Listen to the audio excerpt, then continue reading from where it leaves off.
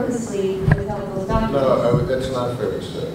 How would you describe it, Mike? Well, again, I'm not going to comment further without reading the judge's opinion again because I'm not prepared to answer the detail of this. So I will review the judge's opinion and I'll tell you exactly what the judge said. Well, I'm just curious if Mr. Plunkett lied. He did. Because if he lied, that's not right, and that there should be action taken against that because he just cost the township $10,000 addition.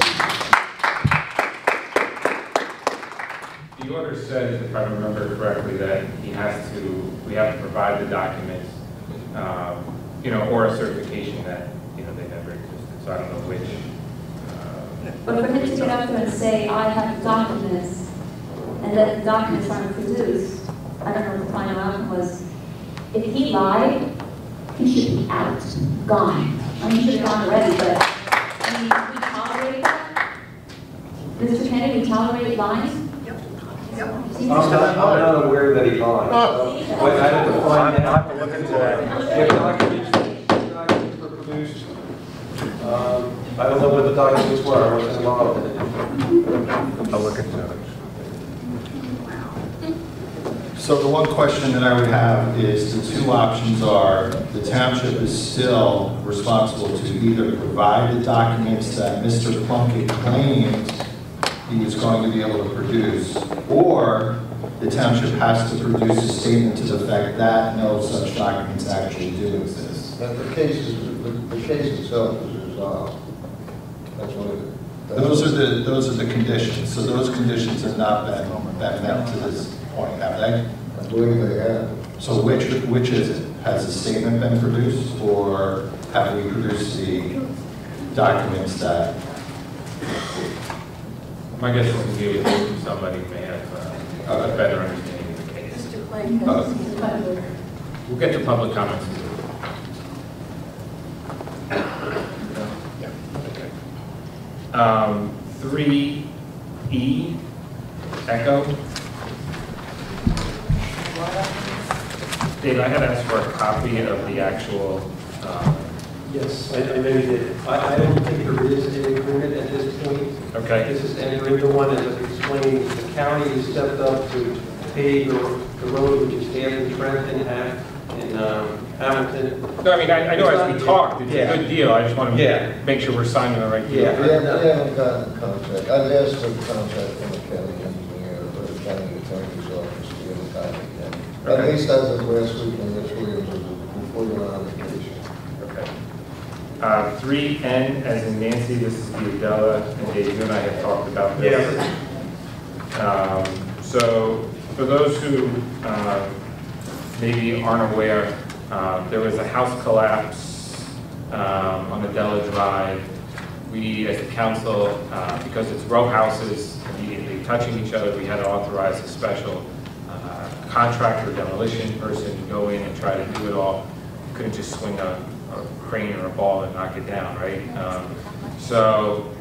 But even with that, there was damage caused to a neighbor's party, our neighboring residents. So we went out and got a bid to fix the damage that we caused to the neighboring property, which the low bid was $58,000. The issue is, if you look online, the value of the property is $54,000. And so, but then you get into, well, if you buy that one and take it down, do you run the risk of causing damage to the next residents, right? And so it's a 20 Adela's a landlord occupied residence. So I just, want to bring that to the council's attention, to the public's attention. I go back and forth on it. This is 3N as in Nancy. So just for everybody to, I think I summarized that kind of broadly enough here. Yeah, that's correct. That's the dilemma. If we don't restore it and it falls, we've got a real problem, obviously. But if we take it down, I think there's about 5 or 6 houses still in a row there, sharing party walls. The money is being paid from community development block grant funds.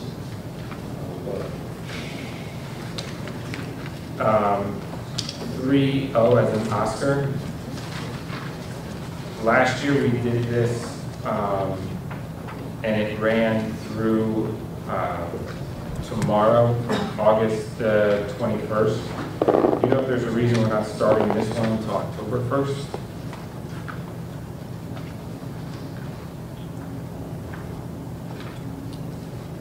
And I'm comfortable amending it to run starting the 22nd, and run until next year on the 21st. I just didn't know if there was a reason. I don't know why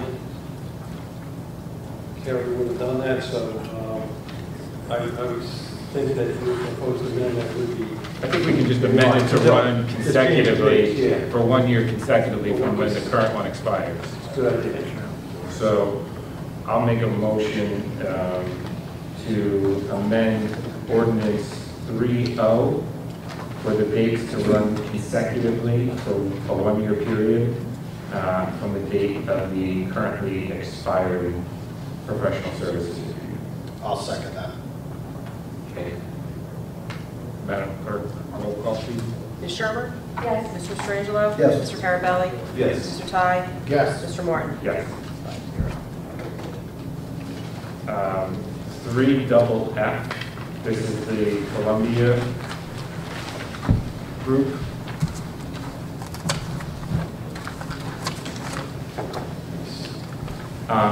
Reading this agreement, the township, I have just 2 or 3 lines that concern me. The township agrees that it is in favor of converting the 2-bedroom units to 3-bedroom units. That's part of the settlement? Yeah, that was part of the lawsuit. They're going to the planning board on that. They had already had approval for a certain number of units for that conversion from their 2 bedrooms and then to the 3 bedrooms. Okay. They're coming into the final phase now. Okay. Any consideration by the board of a potential increase in school-age children is inappropriate, consistent with court law? We have to make that affirmative statement, or it's just saying we can't argue that point when they come to the board? Looks like we just can't argue it, right? Yes. Okay.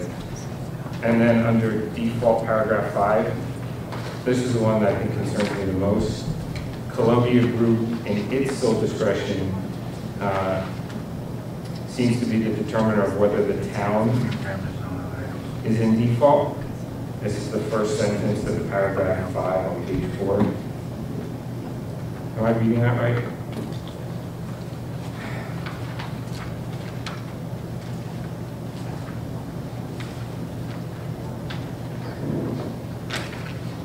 Because that concerns me. If Columbia Group is in, they're the ones that get to decide whether the town is in compliance with the agreement, in their sole discretion. I think that just would authorize them to go back to court to argue it with Judge Jacobson. That would be the default remedy. That puts it on them, though. That gives them the authority to decide what's default. Well, actually, who reviewed this Well, I contract? think what it's basically saying is that insofar as the portion of the application that's going to go back before the board is inconsistent with the terms of this agreement itself, not the overall application, they can say that it's in default in terms of this agreement. So it only concerns that part of the application that's related to the agreement here. So the second paragraph where it talks about if we think Columbia is in default, we have to send them a notice first, things like that. Right. Can we get the language changed to be more like that paragraph? I can talk to counsel that's representing us on that. Because to me, it should be an equal. Yeah. I mean, I know both of them, you have to wind up in front of Judge Jacobson, but I just don't like that Columbia Group can have it in their sole discretion. Okay. All right, so you want paragraph 5. Yeah, if the first paragraph can more closely resemble the second paragraph, does that make sense, right? Okay. Requiring written notice, we believe you're in default, yada, yada. So do you want to table this? Is this table, this today might involve? Yeah, I don't think it's time sensitive. It's dragged on for a long time. Yeah, it's dragged on for a while. Unfortunately, So if you want to hold this, Okay. until the next meeting, I'll try to get that clarified and changed. I'll make a motion to table 3FF. Well, just, I'm concerned about the 2 bedrooms to 3 bedrooms as well. That's probably a big part of I it. think that's a big, that was a big. that was the issue that they sued the township several years ago. The planning board denied them, and the court granted that relief for them. I'll second the motion. Madam Clerk, roll call, please. Ms. Sherber? Yes. Mr. Mastrangelo? Yes. Mr. Carabelli? Yes. Mr. Thai? Yes. Mr. Martin? Yes, 5-0. Any other questions or comments from council before opening it up to the public? Ames, you're always so quick. It's already 9:45, so we're going to do 1 3-minute session for consent. 3FF. We just tabled it. What's that? We tabled, that's great, but I'd like to talk about it. Sure. With we're going from, we have to accept that they're going to go at 3 bedroom. That's off the table, is my understanding. My guess is it's a big part of why they agreed to settle the case. So in their original, as I recollect, way back when this development was being decided, if we look at the records, I believe that there was testimony by Columbia Properties attorney as well as their planners, that it was this development was going to be rock solid for professionals with maybe 1 kid. Now it's morphed into a 3-bedroom situation. Why hasn't our council pointed it out to the court that this was part of testimony, and they were adamant about it, that it would only generate 15 kids, as I recollect. That's what the numbers they're presenting. Now they're going with 3 bedrooms. How did that happen? I imagine during negotiation. All right. So, and just to offer you some clarification,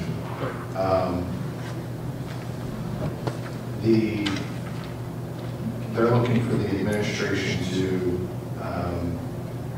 there would be an application to convert the 2-bedroom units to 3-bedroom units that would go before either the planning board. The planning board would still have to vote on that. We still have to. Yeah. But we agree to cooperate in their application. The township would argue in favor of converting from 2 to 3 as part of this agreement But before yet, the planning board. but as you know what I just said, that originally way back when, Columbia Property, I recollect, they strongly argued that it would be just, I think it was 1 bedroom, but maybe 2, and that was it. So I guess we have to settle for that. Well, we're tabling it to take another Okay, look. okay, great, thanks. And the second thing was, we're also going to lose out on $100,000 on open space funds, is that correct? Correct. Why is that? Well, they're seeking millions of dollars against the township, saying that the township had interfered with the project. You recall this project probably goes back 12 to 13 years it's been under construction. Right. And they said that they were trying to make a case that the township had maliciously interfered with permits and things. They were looking for money from the township, so this was the monetary resolution was to let them keep $150,000 of their open space contribution.